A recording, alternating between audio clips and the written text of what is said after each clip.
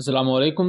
Welcome to इमरात। दोस्तों, दो अहम चीज़ों के बारे में बात करने जा रहे हैं। पहला बात करेंगे आज़रबाईजान और आर्मीनिया के दरमियान बिगड़ती हुई सूरत हाल को लेकर, और इसके बारे में अनकन्फर्म्ड रिपोर्ट्स ये भी इंडिकेट कर रही हैं कि आज़रबाईजान ने मुख्तलिफ टर्किश ड्रोन्स को और उसके साथ साथ जो पाकिस्तान से उन्होंने रॉकेट सिस्टम्स लिए हैं उन्हें डिप्लॉय कर दिया है आर्मीनियन बॉर्डर के साथ। और दूसरा बात करेंगे कि 12 अप्रैल को American F-22 Raptor stealth aircraft के साथ एक बड़ा हादसा पेश आया है, और ये हादसा सेम उसी पैटर्न पर पेश आया है जिस तरह पुराने अमेरिकन एयरक्राफ्ट के साथ पेश आते रहे हैं। तो इन दोनों चीजों पर बात करते हैं।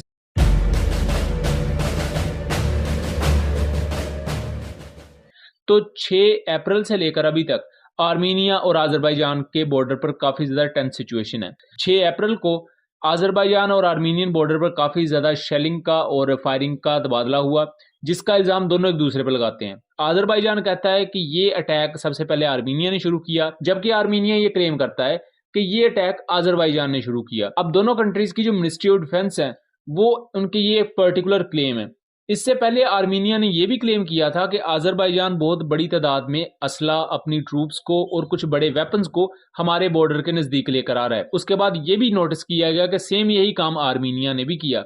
अब आज़रबाईजान किस किस्म के वेपन्स लेकर आया है, तो मुख्तलिफ एक्सपर्ट्स ये बिलीव करते हैं कि वो पाकिस्तानी गजब MLRs को उन्होंने डिप्लॉय किया है इन एरियाज में। इससे पहले भी डिप्लॉयड रहे हैं, और जो वीडियो मैं आपको दिखा रहा हूं ये 2022 की वीडियो है। ये आज़रबाईजान और आर्मीनिया के क्लैश की वीडियो है, जिसमें आज़रबाईजान पाकिस्तानी यरमूक या गजब मल्टीपल लॉन्च रॉकेट सिस्टम्स को यूज कर रहा है। गजब मल्टीपल लॉन्च रॉकेट सिस्टम इस पूरी व्हीकल को कहते हैं, इस गाड़ी को, जबकि इसके अंदर जो रॉकेट यूज होता है उसे यरमूक रॉकेट कहा जाता है। और ये कोई नया क्लैश नहीं है, 2023 में भी काफी बड़ी पैमाने पर क्लैशेज हमें देखने को मिले थे, और उस पर मैंने बाय द वे वीडियोस बनाई हुई हैं, उनका लिंक मैं डिस्क्रिप्शन में दे दूंगा। 2023 में एक और अहम चीज ये भी देखी गई थी कि आर्मीनिया के पास जो इंडियन वेपन्स थे उन्होंने उन वेपन्स को यूज ही नहीं किया था। उस पर काफी ज्यादा क्वेश्चंस भी रेज किए गए थे, और काफी ज्यादा सवालात हर तरफ से पूछे गए कि जब इंडियन वेपन्स खरीदे इतने महंगे तो फिर उन्हें इस्तेमाल क्यों नहीं किया गया। सेम इसी तरह यहां भी अगर आर्मीनियन साइड को देखा जाए तो कोई भी ऐसी हेडलाइन नहीं है आपको इवन आर्मीनियन मीडिया में भी देखने को नहीं मिलेगी कि किसी भी किस्म का उन्होंने इंडियन वेपन को डिप्लॉय किया हो या वो किसी भी किस्म के इंडियन वेपन के साथ रिटेलिएट कर रहे हो। लेकिन 6 अप्रैल से लेकर अभी तक ये झड़पों का सिलसिला जारी है, लेकिन अभी तक ये चीजें कोई बहुत ज्यादा फैली नहीं है, और ना ही ये कोई इंटरनेशनल मीडिया पर अभी आपको बहुत ही ज्यादा पीक पर देखने को मिलेंगी। अभी सिर्फ इतना ही है कि बॉर्डर पर हल्के फुल्के क्लैशेस जारी हैं, और ये कब एक बड़ी फुल फ्लेज वॉर बन जाए इसका कुछ नहीं कहा जा सकता, क्योंकि 2023 में काफी ज्यादा एरियाज थे नगोर्नो काराबाग के जो छीन लिए थे आज़रबाईजान ने आर्मीनिया से, और आर्मीनिया में काफी ज्यादा पब्लिक प्रेशर भी है उनकी आर्मी पर कि आपके मुल्क के इन पर्टिकुलर पार्ट्स को आज़रबाईजान ने ले लिया है और आप उसको रिटेलिएट नहीं कर पा रहे। इस चीज को लेकर आर्मीनिया अपने पुराने इत्तेहादियों को छोड़ है, यानी कि रशिया एक पुराना इत्तेहादी समझा जाता है आर्मीनिया का। आजकल आर्मीनिया की बहुत ही ज्यादा करीबी दोस्ती देखने में आती है यूरोपीय यूनियन और अमेरिका के साथ, और रिसेंटली यूरोपीय यूनियन ने एक पैकेज का भी ऐलान किया है। $350 मिलियन का ये पैकेज है, और ये है तो वैसे वहां के सिविलियन यूज के लिए, बट बेसिकली आने वाले वक्त में ये इस तरफ भी इंडिकेशन है कि आर्मीनिया को अमेरिकन वेपन्स भी सप्लाई किए जा सकते हैं।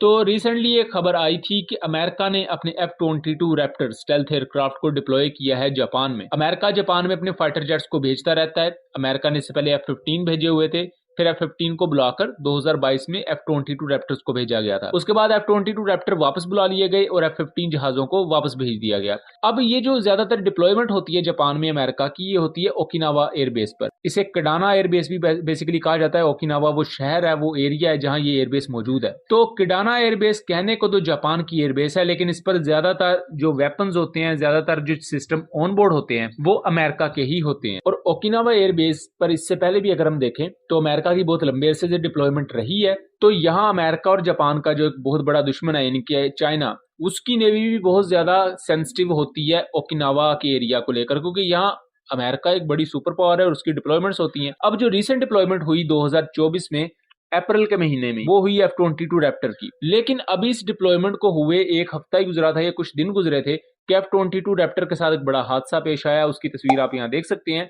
कि F-22 रैप्टर का जो फ्रंटल लैंडिंग गियर होता है सामने वाला, वो टूट जाता है, और उसकी जो नोज कोन होती है वो नीचे क्रैश कर जाती है और जमीन से टकराती है। अब ये देखने में इतना ज्यादा कोई सीरियस नहीं लग रहा, लेकिन अगर इसकी कॉस्ट को देखा जाए तो इसकी अच्छी खासी कॉस्ट बनेगी, क्योंकि स्टेल्थ एयरक्राफ्ट है इसकी नोज कोन को नुकसान हुआ है और उसके अंदर एक बहुत ही ताकतवर एक्टिव इलेक्ट्रॉनिकली स्कैन्ड अरे रडार है। अगर उसे भी थोड़ा बहुत नुकसान पहुंचा है तो इसकी अच्छी खासी कॉस्ट बन जाएगी और जाहिर बात है इसे ठीक करने में अच्छा खासा टाइम भी लगेगा। अमेरिका के साथ इस तरह का पहली दफा वाकया नहीं हुआ। इससे पहले F-22 रैप्टर के साथ भी सेम इसी तरह का एक्सीडेंट हो चुका है, जहां अमेरिकन F-35 एयरक्राफ्ट के फ्रंटल लैंडिंग गियर खराब हुए, वो टूट गए और नोजकोन जमीन से जा टकराई। इससे पहले अमेरिकन F-16 के साथ, ताइवान के F-16 के साथ भी सेम इस तरह के वाकयात हो चुके हैं कि सामने वाला लैंडिंग गियर टूटता है और जो नोज कोन है वो जमीन से जा टकराती है। अब ये अमेरिकन एयरक्राफ्ट में एक मसला आप इसे कह लें, बट लेकिन बहुत से क्रैशेज ऐसे हुए हैं कि सामने वाला लैंडिंग गियर ही टूट जाता है। अमेरिकन एयरक्राफ्ट में ये पर्टिकुलर चीज एक देखी गई है। बहरहाल इस पर बोर्ड ऑफ इंक्वायरी बिठाया गया है, लेकिन कहने की बात यह है